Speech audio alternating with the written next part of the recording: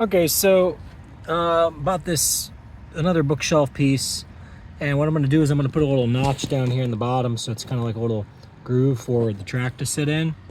And then what I'm going to do is I'm going to fasten to the back of it a block that butts up against the seat, so you've got the compression aspect taken care of on the bottom. Okay, like when you lock up the brakes, it can't go sliding that way any because it's hitting against the seat. The groove will really hold it from going back because you're never going to be able to accelerate fast enough. If you hit bumps, it's always going to fall right back into place. It's not trying to move anyhow. Over on this side, I got the same thing, and you say, well, that looks like shit. Well, understand something. This piece is the same width as this piece. So what I'm going to do is I'm going to cut this piece somewhere in here where the heights match up with the other piece. And it's already the style where it does like the little whoop whoop. So I'll butt them up together, and then I'll put a plate underneath and can join them underneath and put some little screws in the bottom so they don't slide away from each other. Same thing. So it'll be two identical pieces on the two sides with two grooves. And then what I might even do is underneath the drawer where you can't see, I might have it where either a metal piece or a wood piece, maybe a metal piece, is screwed into the side of each one of them that just runs the span, so you have a good tension / compression between the two to where they can't change and you wouldn't see it because it'd be back far enough.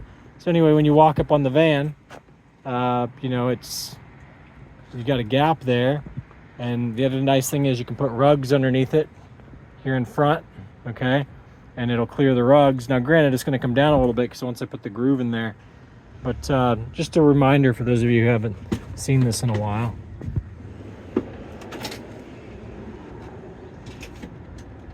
Okay, so then that's all the way out, right? And it's got a slight tilt to it. You see, it's not square with the van. It's tilted back this way. It's not exactly square with that wall over there. It comes this way, that way it clears the door. Okay, but anyway, it's a lockout, so I can't push it back in until I push down on this. Once I push down on this, now it'll slide back in, and it might lock halfway down, I don't know.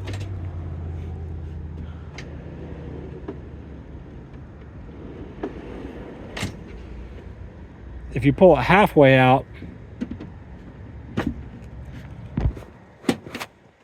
it locks. So there's the halfway lockout. If you only pull it halfway out and push it back in, it locks right there.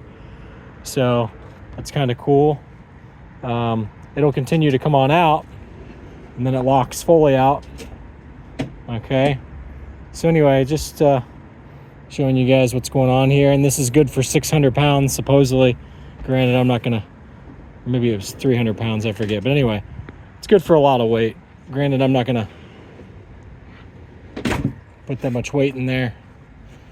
So I think I'm happy with that plan.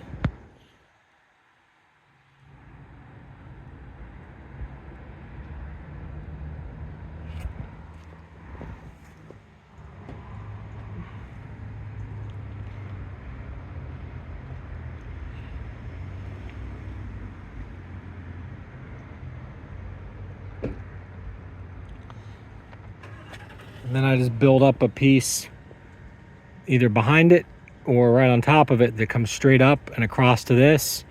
And now I've got my little sawhorse mechanism.